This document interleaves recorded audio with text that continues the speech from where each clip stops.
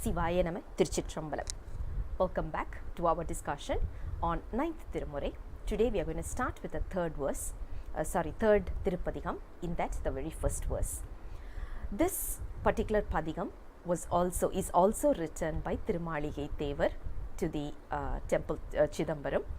It starts as Uravagiya Yogamum, and this particular Padigam is sung in the Pan, which is Panjamam.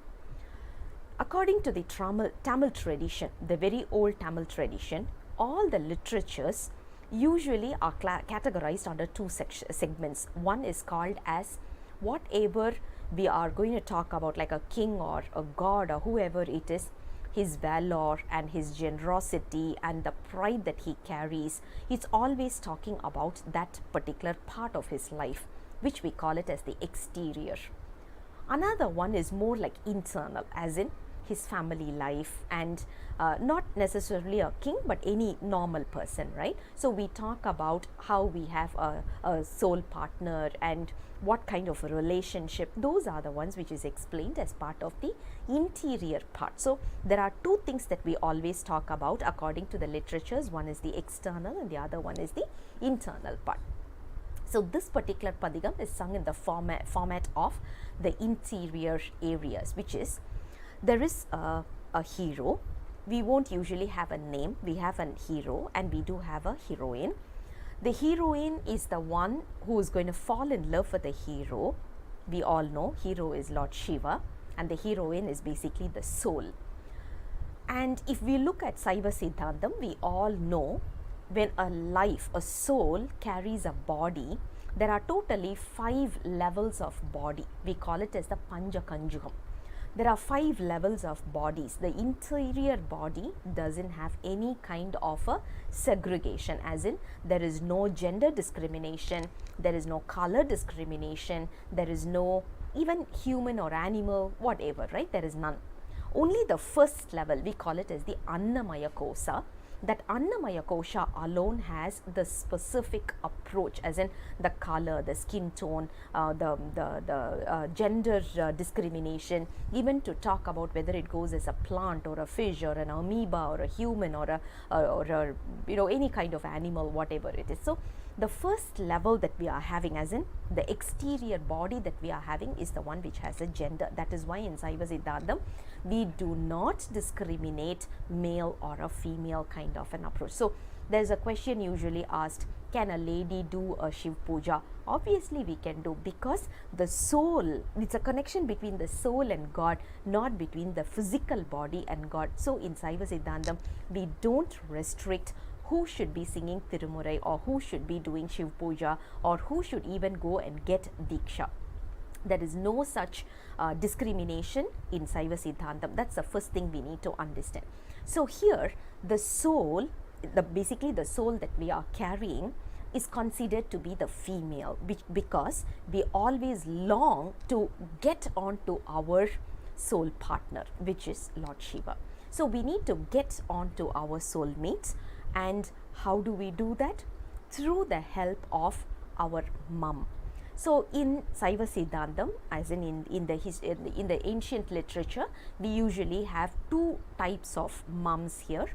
One is the one who gave birth, the biological, the maternal mum, and the other one, the biological mum rather, and the other one is the one who is actually growing up, the person who is actually growing up the baby. Typically considered to be a very close friend of the mum. So the mum, as in the maternal mum, the biological mum, is basically our guru, because the guru is the one who is giving us diksha and getting us closer to Lord Shiva. And the mum who comes in very close contact with us and helps us move towards the next level is basically the 5-letter syllable, which is our mantra, which was given to us either Nama Sivaya or Sivaya Nama. So those are the characters that we are going to consider in this particular Padigam. So what is our role here? We are the soul. We are yearning to get on to our soulmate. with that intention we have to read, because when you talk about the Agam and Puram and all these, right, it is not only for the literature, or it is not only for understanding the literature part of it, or just standing on a superficial level, but getting into the crux of it to say, okay, I'm the soul, I need to get on to my soulmate, which is Lord Shiva. Let's look at this verse first. Tiruchitrambalam. Uravagiya Yogamum Bogamumai உயிராளி என்னும் என் பொன்னொரு நாள் சிரவாதவர் புறம் செற்ற கோற்ற சீலை கொண்டு பன்றி பின் சென்று நின்ற மரவா என்னும் மணி நீரருவி மகேந்திர மாமலை மேலுறையும் குரவா என்னும் குண குன்றை என்னும் கோலாத்தில்லை அம்பல கூத்தனையே. Tiruchitrambalam. This particular verse, as we said earlier itself, talks about the love that is happening between the soul and Lord Shiva. So, this particular verse is explained as the mum is explaining it, not the maternal mum or not the biological mum, but the mum who is growing up the girl. So she comes and says, you know what, my daughter is totally she's totally in a submissive state, and she is always talking only about Lord Shiva. That's why she says, she is repeating again and again, she is repeating the same dialogue as Lord Shiva is our yogam and he is our bhogam. When you look at these two words, it's actually quite contradicting. When you say yogam, which means we are in the path of spiritual and path of renunciation and the path of realization. When we say bhogam, we are in the path of the materialistic life. How can Lord Shiva be our, as in he is the most close contact with us when we want yogam as well as when we want bhogam? Isn't this sound, does this sound contradicting to one another? No, because according to Saiva Siddhantam, we all know Sivaya Nama. Nama is basically the worldly happiness or whatever is temporary around us, like car and housing and cash, and we call it as the 5 Z's, right? The condo, the cash and credit card and club membership and whatever it is. When we talk about those, that is basically our nama. Once we start enjoying that, we just relish that, we start getting immersed into it, after a particular level we will get into a stale state. At that point in time we will know these riches is not the real happiness, there is something beyond that, and that is the time we will start longing for achieving Lord Shiva's grace. That is where Si and Va will come closer to us, which is what we call it as yogam. So yogam is considered to be Si and Va, bhogam is considered to be Na and Ma, Ya is basically the soul. That is why the soul is longing for Sivaya Nama, because we don't know what is that we want. It's individuals based, right? So if we need Nama, God will be giving us that. If we need Siva, he will be giving us that. Whatever it is, no resentment. We just need to enjoy. After a while we will go back to Siva, because ultimate state is Siva. Not only that, in this particular verse, the author also says, the saint is also saying that my daughter is continuously rattling about certain things about Lord Shiva's valor. When he went to destroy the 3 flying fortress, he just took one single bow with him, bow and arrow basically, right? Just one arrow he took with him. Obviously there's only one bow, but he took only one arrow with him. Imagine there are 3 forts. In order to destroy 3, at least we need 3 arrows, right? But what Lord Shiva did was he carried only one.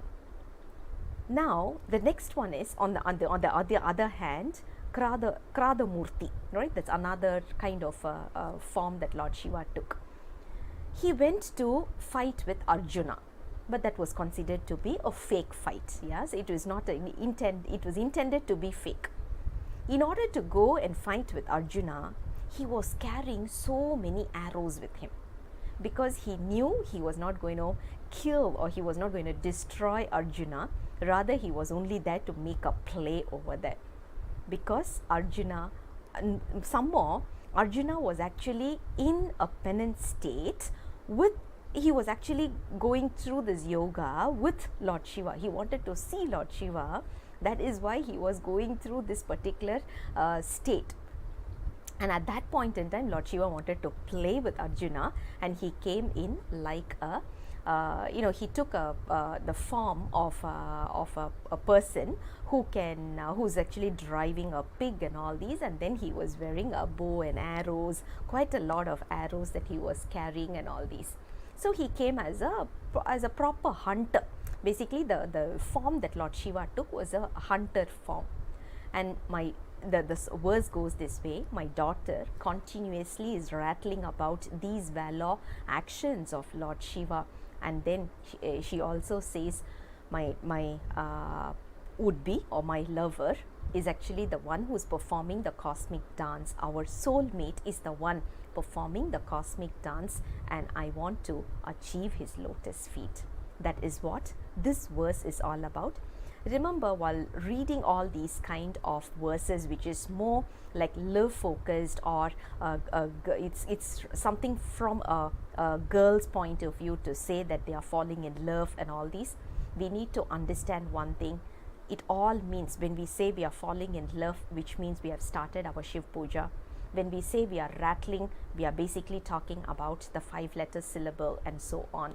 We shouldn't be taking this in the worldly form, because then we will not be able to see the inner meaning of it. We won't be able to achieve the real meaning of these particular verses. I'll come back again with the next verse very soon. Until then, Sivaya Nama Tiruchitrambalam.